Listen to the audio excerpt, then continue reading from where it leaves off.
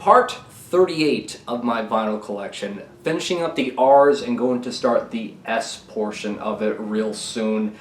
And it seems like the S's are going to take up quite a big chunk of what's left of my vinyl collection. As you could probably guess, there's one band in particular that takes up like a quarter of it. But yeah, other than that, what's going to be playing in the background is going to be Vahimans with Parley Sang Verse.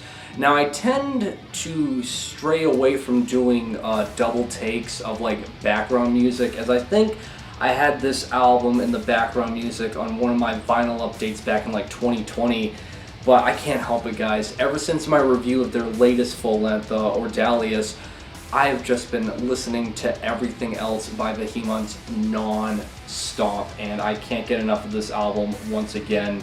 Just incredible hyper-melodic black metal from France, because the French black metal scene, man, it just outdoes everyone else by fucking light years. And if you aren't hip to these guys, you better be real soon, because they are making quite the name for themselves as of late. Kicking off part 38 is going to be Rome with the 2019 full-length album, which hopefully I say somewhat right, Lisanari del Toro. I know it's Italian, probably butchered it to all hell. But Rome is a Neofolk project mainly composed by Jerome Reuter. And this dude is just a machine, honestly, of a musician. How he's able to release a new full length for Rome like every year. And I would say out of the massive catalog he's already composed for Rome, the best I've heard as of late is still the 2019 full length. And again, there are other great albums even after this and before it, but this is what I would say is the best place to start. And I think what makes it just such an easy listen, whether it be for people who enjoy Neofolk or have never even dared to even travel within the realms of Neofolk, is I would say this is a great gateway project for the genre, mainly because I would consider this like stadium Neofolk, because everything just sounds so massive. The production value on here is just phenomenal and just really elevates everything. Songs in here to check out would be like the West Knows Best, Who Only Know Europe. One Lion's Roar is definitely like the song to check out if you want to understand why I consider this stadium Neofolk. Black Crane, The Legion of Rome, like honestly every song on here is stellar stuff. But yeah, I have a lot of fun listening to this because it's just such massive sounding Neofolk.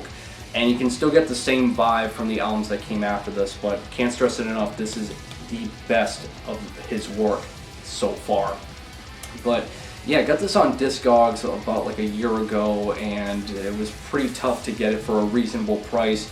So really when it comes to Rome LPs, either get them while you can, or they're just going to inflate very quickly, because he has a pretty die-hard following, as most Neofolk projects do. But yeah, other than that, for the layout and packaging, you have album artwork, backside with all the track listings. Comes on a standard black vinyl, but this is a printed inner sleeve with just lyrics on each side. Up next is the debut full-length album by Root. This right here is just grade A first wave black metal. That Root, along with Master's Hammer, are considered like the first two ever black metal bands within the Czech Republic. And while my personal favorite is Master's Hammer, make no mistake about it, Root is still just grade A material stuff. Because like it's a mixture again, obviously, of like that first wave black metal sound of like black metal, but more in like the traditional heavy metal sense, so to say. That I know they also are deemed like as epic heavy metal as well. That really, come to think of it, Root is basically like, take the formula of Manila Road, but they just sided more on black metal. That's basically what Root is. And again, as I stated, it's really killer stuff that's just so fun to listen to, because it's a bit, you know, silly to a certain extent, but all the ass-kicking sounds you would want for a black metal band back in the very, very early 90s and late 80s is the sound they bring forth with this album. And even to their recent releases, they still carry on the synths very well, which is really impressive considering the fact that the vocalist right here, as of right now, as I'm recording it, is 70 years old. And their last full-length release was released back, what, in 2016, which meant the guy was 64 years old recording a kind of like first wave sounding black metal release. And it's just so cool that they're able to still be this consistent to this day. And even when I caught them live at the Maryland Death Fest in 2017, I think, which I believe was the first ever time they did a live show in the States, they kill it. Like, it's really impressive that they've been active for over 3 decades and they're still consistent to this day. So, honestly, if you enjoyed stuff like, again, like Bathory, Master's Hammer, obviously, and all that first wave sounding black metal overall essence and sound, you're gonna love Root from basically anything you check out by them. But the debut, I would say, is like the fan favorite still. But yeah, really easy to get. I know I got my copy of like Nuclear War Now, Hell's Headbangers, pretty easy to get. But anyway, as for the layout and packaging, you have this pretty silly looking album artwork, backside with all the track listings. Comes with an insert sheet with lyrics, credits, and band photos on the other side, and this LP variant comes on gray. So the next record is something I recently got in the mail about a week or 2 ago, and that's Rose McDowell with her full length, Cut with the Cake Knife. For a lot of people, this is considered like the long lost companion piece follow-up to that right over there. That being Strawberry Switchblade, which is one of the first ever music projects that Rose McDowell was a part of, along with her bandmate at the time, Jill Bryson. And they got a lot of popularity and hit quite big on the charts during its release back, in 1986, as it's a mixture of like gothic new wave and synth pop that I think is just stellar. Definitely check this album out if you haven't. That is obviously influenced by The Cure, which I think really attributes to all the popularity and success that they got. And one of the things that's a real bummer about checking this album out, if you really enjoy it, is that this will more than likely forever be the only Strawberry Switchblade full-length album ever to be released, because shortly after it, when it was released, Jill Bryson just lost interest with making music, and she hasn't really done anything as of recently ever since. Where Rose McDowell, on the other hand, continued being within the music business and continued on making music, as she's a part of so many different music projects, and she's done so many different styles from Neofolk, again continuing on with even more synth pop, and doing a lot of cover songs with other projects. But she's mainly known for doing a lot of guest work vocal spots anyway, I should say, for Current 93 and Death in June. If you check out their discography, you're going to notice that her name pops up quite a bit within the credits when contributing vocals, which is really nuts just how busy she was. But yeah, she's always been busy making music ever within the 90s. And this right here, Cut with the Cake Knife, was originally released, in 2005 on CD, and was originally put out on vinyl about 5 years ago through Sacred Bone Records. And as I stated, it's a companion piece basically to Strawberry Switchblade. However, there's 2 big differences. One, obviously, being the fact that it's just Rose McDowell on here. Jill Bryson's not a part of it. And the other being the fact that Strawberry Switchblade had more like rhythm guitar sections within it, where Cut with the Cake Knife, it's mainly focused on synth and keyboard work, so there isn't as much guitar work on here, so it kind of loses like that gothic rock edge to a certain degree. But again, the overall vibe and essence of Strawberry Switchblade is very strong within the album, because tracks on here like Sunboy, Wings of Heaven, 60 Cowboys, and Crystal Knights I mean, you can tell it's obviously, you know, carrying the spirit of Strawberry Switchblade decades later. And overall, it's a really good album. I mean, sure, I prefer Strawberry Switchblade, but, you know, to still be able to get, like, a continuation of it, and it's still easily available to get on Sacred Bone Records, which I'm amazed it's not sold out, so y'all are sleeping on this. Yeah, you'll definitely enjoy it if you enjoy, again, 80s synth pop for the most part, or again, The Cure, like as most people kind of compare a lot of synth pop and new wave bands to them. But yeah, really good stuff overall. As for the layout and packaging within this album, you have album artwork, backside with track listings, and a picture of Rose. This includes an insert sheet with notes all about the album and the process of writing it, along with more pictures on the inside and additional photography on the other. And this LP variant comes on clear with black splatter, limited to 500 copies, and as I stated, it's still available to get on Sacred Bone Records. Now for something completely different, that being the Ruins of Beverast. This is their compilation Enchanted by Grave Mold. So I got this a while back at a vendor at the Maryland Death Fest one of the times I went, and it was dirt cheap, and you can still get this online for really cheap on Discogs. And the Ruins of Beverast, for those who don't know, is a black metal band that also blends a lot of doom metal together, and it's very atmospheric. And for the most part, they're very respected. I've never seen anything negative ever said about them. And while I have 2 records by them, one right here and the next one I'll show in a bit, one thing that makes this compilation really interesting is while side A has like all demo versions of songs they've done, side B are cover tracks, and they did a cover to Depeche Mode's To Have and To Hold, and it's really interesting to hear a band like this that combines all the styles I just said cover Depeche Mode. It's really different. They also have a cover of My Dying Bride, which is pretty neat as well. But yeah, the Ruins of Beverast, awesome stuff. If you enjoy black metal but you want like a slower, kind of like more atmospheric tinge to it but still has a lot of power, definitely check this band out. Again, this was put out through Vaughn Records, and Vaughn does a really good job with keeping their stuff in print, so go there if you want to grab a copy as well.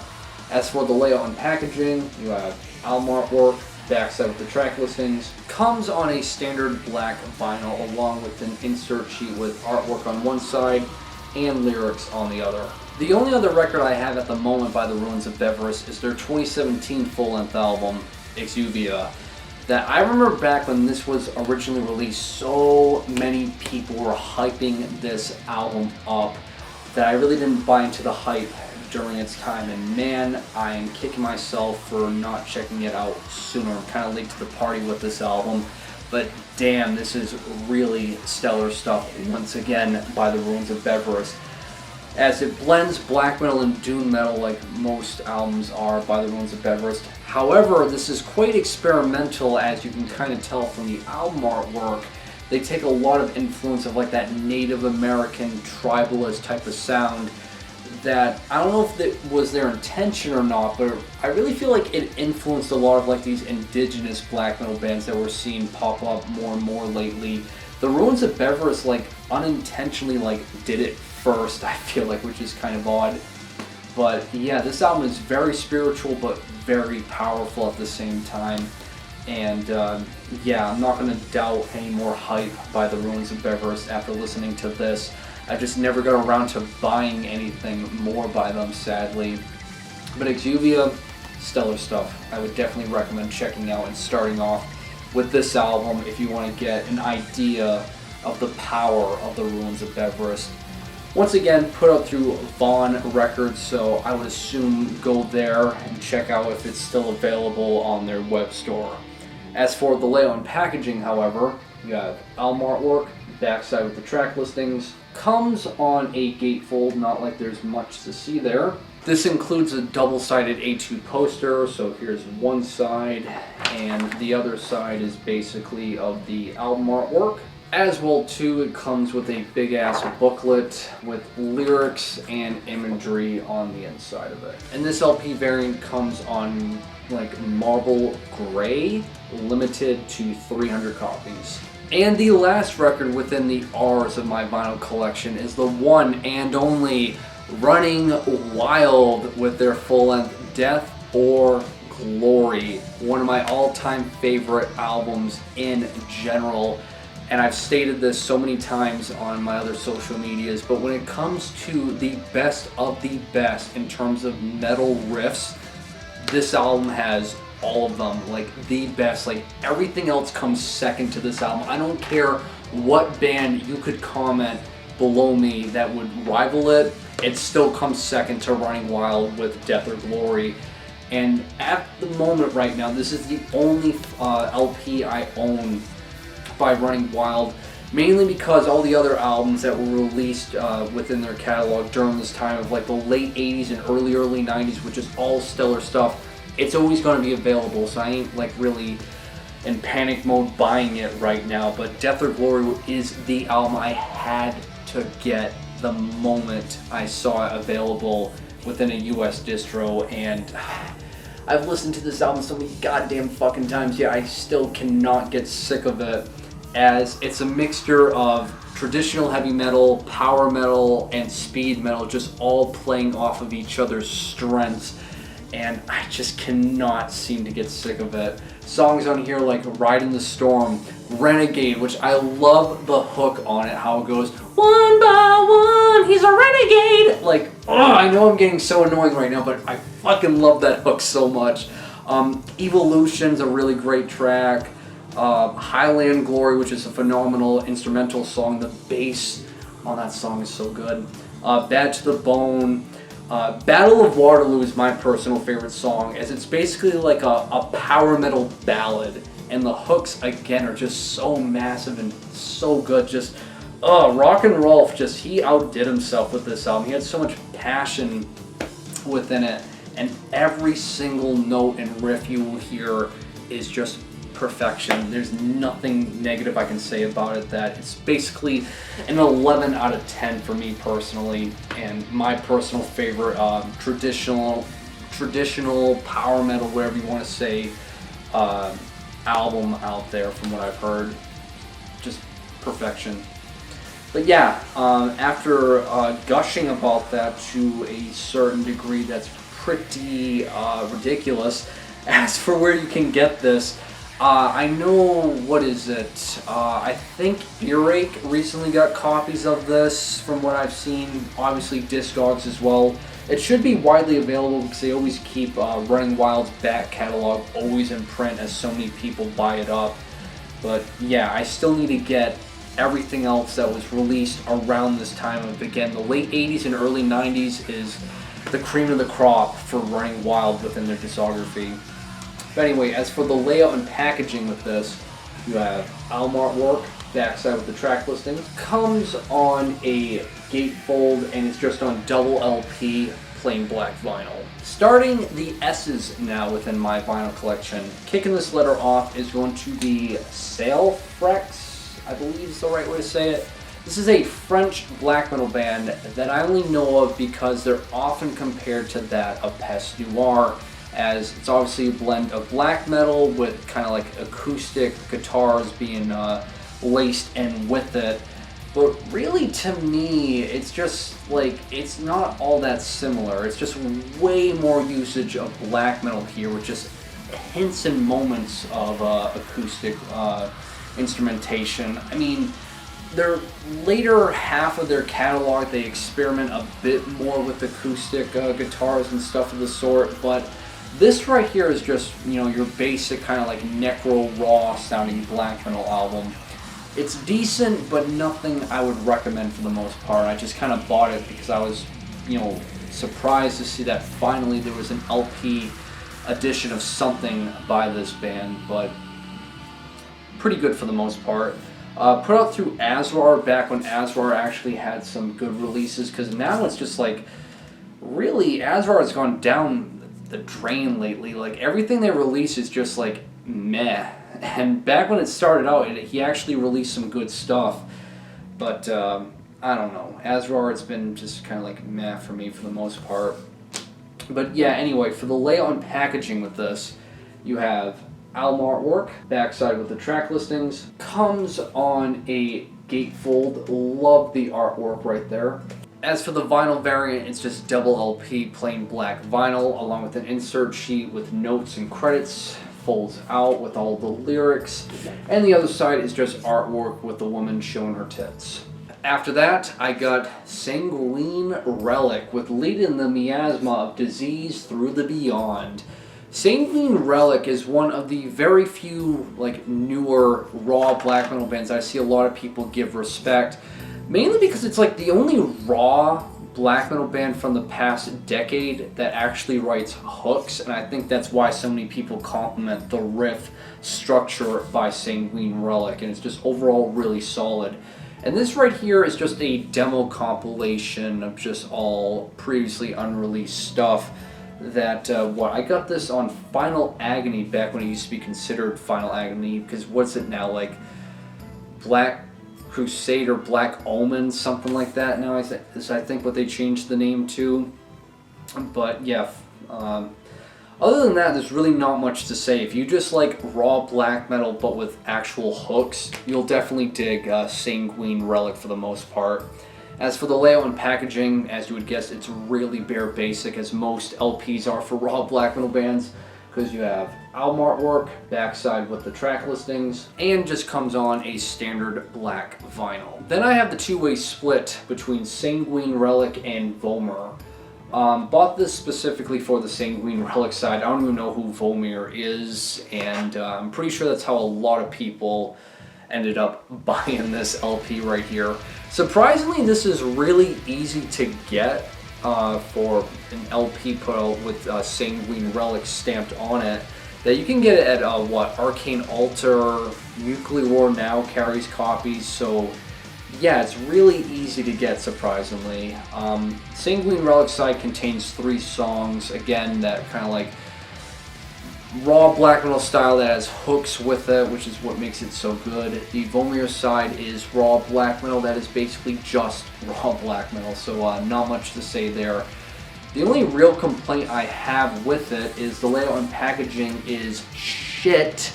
Because again, I've complained about it as many times as I have, and I will complain about it many more times. It's in one of these jackets that's a fold-out jacket. I hate this fucking shit so much. And yeah, the LP is just on standard black. And the final thing I have by Sanguine Relic is the 3rd full-length, I believe, by him, that being The Essence of Eternity's Despair. As you can tell, put up through Go to Warwick, so sadly it's long gone sold out. And even though he did a repress, that repress sold out just as quick. Now, to be honest, even though the fan favorite is Vampiric Will, the debut full-length album by Sanguine Relic, honestly, listening to this album more and more, I would say that The Essence of Eternity's Despair is actually the best, because not only does it have the hooks that everyone just loves about Sanguine Relic, but it's actually really melodic for raw black metal standards. And I believe it's song 4, because he doesn't title these songs, they're all numbered. That is like raw black metal with a lot of melody, and it's really good. I'll give it that. Even if you don't like raw black metal, because you think it's just noisy and harsh and overly brittle, which I get, a lot of these newer black metal bands are like that go for that necro sound. Sanguine Relic, I would recommend, as it just feels like it actually has structure, again, with those hooks that everyone really likes about them. So yeah, I'll give it up to the dude, even though his LPs are impossible to get because they sell out within a blink of an eye. The Essence of Eternity's Despair did a really, really good job with this album, I'll give him that. But for the layout and packaging with this, you have album artwork, backside with the track listings, again has the Obi strip that Go to Warwick just loves to use, and once again comes on a standard black vinyl. Next up is going to be Saor with their sophomore full-length album, Aurora. Man, I adore this album. Just the album artwork alone should kind of give you an idea of the vibe they're trying to create. It's just so breathtaking, warm, and inviting. Just this was released around the time where I was just getting my feet wet with black metal as a whole, as it was released in 2014, I believe. And I remember when I heard this, just my interest for the style just peaked all the more, as it's a mixture of atmospheric black metal and kind of like Celtic folk music that just works so perfectly together. The song on here, Children of the Mist, is definitely the song to check out if you want to understand why I enjoy this so much. The flute portions of the song, so gorgeous, such a good track. As well too, just a little interesting little fact about the album is Austin Lung from Panopticon contributes drumming on the album. That I know this is kind of like a cliche what I'm going to say, but if you enjoy Panopticon's Roads to the North, you'll definitely enjoy Saor's Aura for the most part. And what really bums me is, as much as I enjoy this album, everything after this full length I don't really care for all that much by Saor, as they really try to go above and beyond with like the folk instruments and give off a little more like orchestral sounding type of vibe, and it doesn't work because this just comes off more grounded with the folk instruments and just feels more natural sounding, is why I guess I vibe with this album way more than anything that was released past it. But killer stuff overall. Originally put out through Northern Silence Productions. I'm not sure if it's still available. I know they did a repress for this, so if they're still available on Northern Silence, get them while you can, because I remember this sold out pretty quickly, the first press that I got right here. And to me, as I would say, this is the peak of Saor's creativity. Now for the layout and packaging, everything about this packaging is gorgeous, because you have album artwork. Again, love the photography right here of this. Backside with the track listings, more gorgeous photography as well. Comes on a gatefold. Printed inner sleeves, it's a double LP, and both printed inner sleeves again are just gorgeous photography. So you have side 1 and side 2, along with side 3 and side 4. As for the vinyl variant, it's a first press and it comes on white, limited to 300 copies. Okay, I'm just realizing now that this part has a lot of bangers, because the next record is something that just everyone should know. It's an essential that if you're talking about Brazilian extreme metal, you should know this. Come on. The legendary debut full-length album by Sarcofago. You all know this. I'm not even going to bother even talking about it, because what hasn't been said about it here, just in general, wherever you go, whether you're talking to someone who knows about the album, to people talking about it here on YouTube and other blogs or forums or what have you, like, it's all been said. You should all know this, alright? The only other thing that needs to be brought up is the legendary song of theirs, Death Rash, that goes like this. If you are a fault, don't entry, because you'll be burned and died. You gotta love that broken English. But keeping the tradition going with showing you the layout and packaging, you have album artwork. This is like the yellow variant of it. Backside with the track listings. Comes on a gatefold, and it's just on standard black vinyl. And once again, another banger for this part, because this is just legendary stuff that everyone should know if you're talking about Norwegian black metal, which is obviously Satyricon's legendary debut full-length album, Dark Medieval Times. Can I just say, even though I'm not the most die-hard Satyricon fan, it still feels like a fever dream holding an LP variant of this album, because for years and years, so many people wanted this to be repressed, that I remember when I originally saw the post on Napalm Records that they announced that they're going to do an LP repress for this, I thought I was in a fever dream. I couldn't believe it was real. Like, it was actually happening. They were finally going to do a repress for Dark Medieval Times. And what I couldn't believe is that so many people were complaining about this right here, the album artwork. It's not the original artwork from the first press, originally put out through Moonfog. This artwork is kind of like, what, the insert sheets of the original press, so they kind of kept it somewhat intact.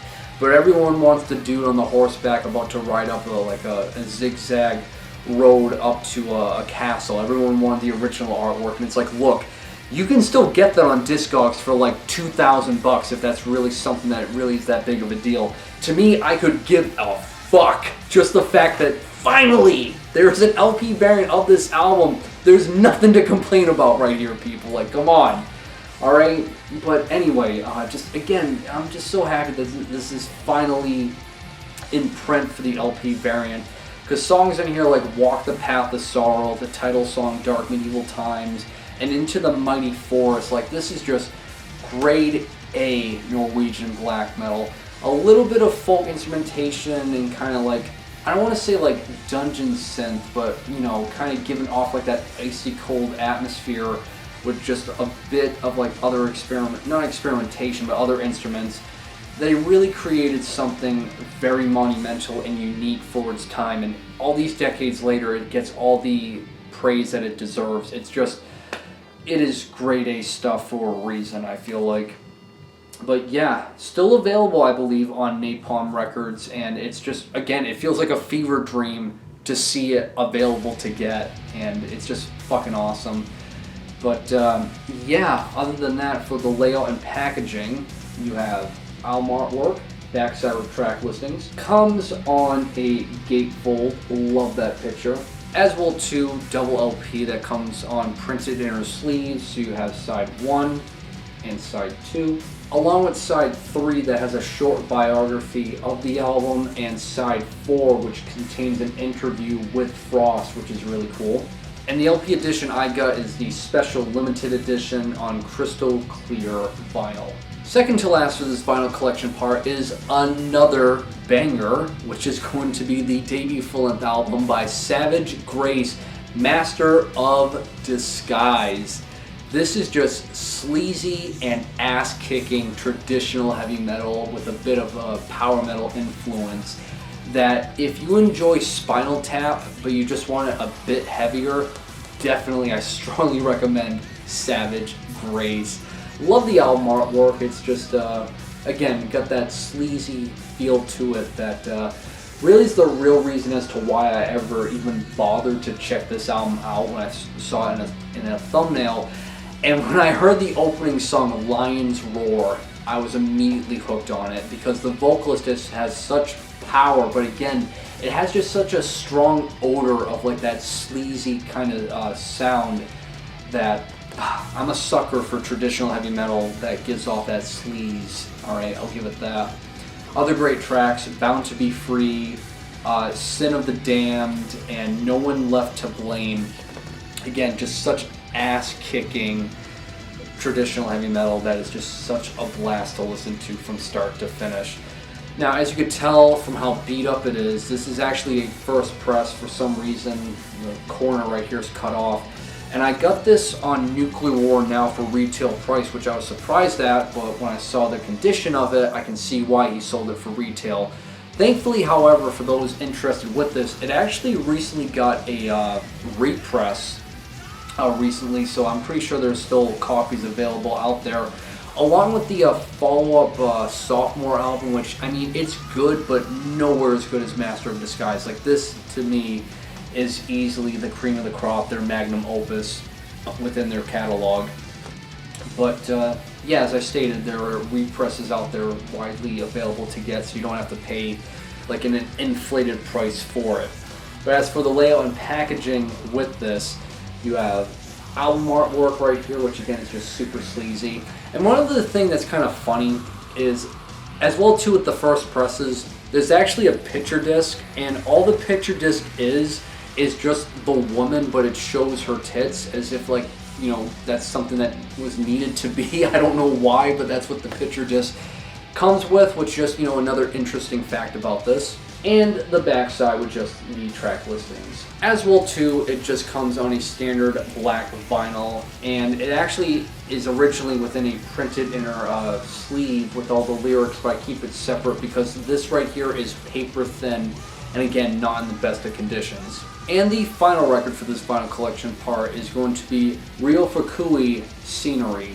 So I know, you know, his name is Ryo Fukui, that starts with an R, but I've always kept this in the S's because I just always think of this album as just scenery overall. But regardless, what this is right here is a jazz album. Just a straight up jazz album. No other like subgenres mixed in with it. And I'm not the biggest jazz fan. However, what really won me over as to why I bought this album and as to why I even listened to it is really the backstory behind this album.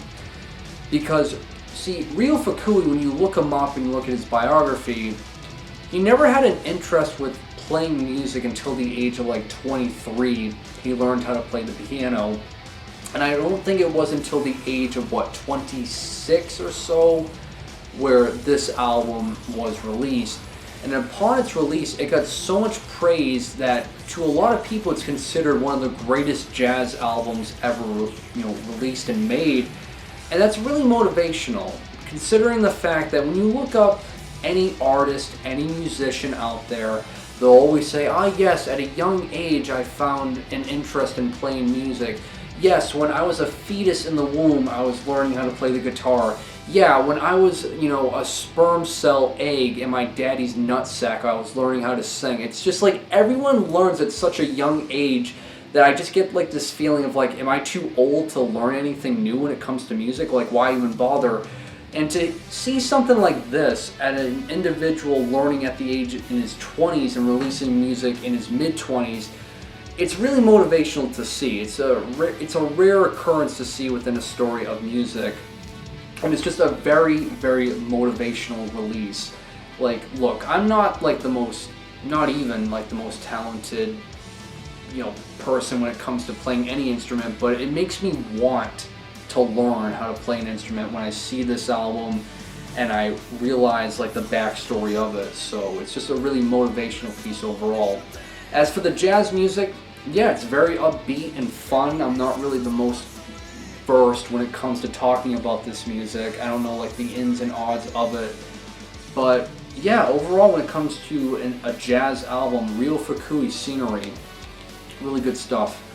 As for the layout and packaging with this, you have album artwork, backside with the track listings and pictures of the band members. Comes on a standard black vinyl. It also includes stickers, and this was put out originally through We Release Whatever the Fuck We Want Records, which that's what it stands for, and that's not gonna lie, it's a really stupid fucking name for a distro. I'm not gonna lie there, that's so dumb. But yeah, if you search this up, I'm pretty sure the Bandcamp of that distro still carries copies. They're always going to keep it in print. But yeah, that'll do it for this vinyl collection part. Like always, I'll leave links provided to everything I talked about in the description below. And that is that. So like always, guys, make sure you guys drink plenty of water to stay hydrated, and have a great day.